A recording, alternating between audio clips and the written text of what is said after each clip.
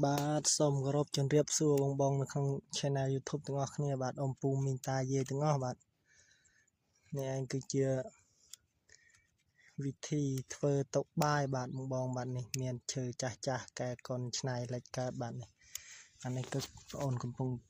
តែបិទកាវវាបាទដើម្បីញឹបជើងញឹបដៃដើម្បីយើងខាត់សម្អាតវារួចរាល់ហើយក៏យើងមិនយកទៅបាញ់ថ្នាំនៅបងបាទនឹងឯងគឺយើងបាញ់ថ្នាំវាទៅវាបានចាញ់មកបាទស្រស់ស្អាតបាទកើតជាតុបាយមួយគួរយកបាយយ៉ាងឆ្ងាញ់បាទនេះឯងបងបាទនេះឯងគឺយើងរៀបចំខាត់ដើម្បីយើងយកទៅលាបទ្នប់វាមួយសាសិនណាបងបាទណែ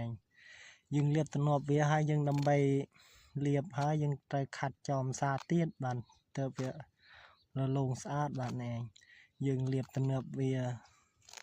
ខាត់រូសវាស្អាតទៅនេះអានេះកំពុងតែលាបបាយអែលហើយបាទនេះលាបទ្នប់វាបាទទ្នប់ដែលបែបលាបបាញ់ថ្នាំបាទនេះយើងលាបរួចយើងនឹងខាត់វាចោលម្សាបាទរួចយើងរៀបចំបាញ់បាទហ្នឹងហើយបងវីដេអូបងអូនក៏មានប៉ុណ្ណឹងក៏សូមបើសិនជាទស្សនានៅវីដេអូក្រោយទៀតបងបាទជួយចុច Subscribe Channel YouTube បងប្អូនអ្នកមួយផងបង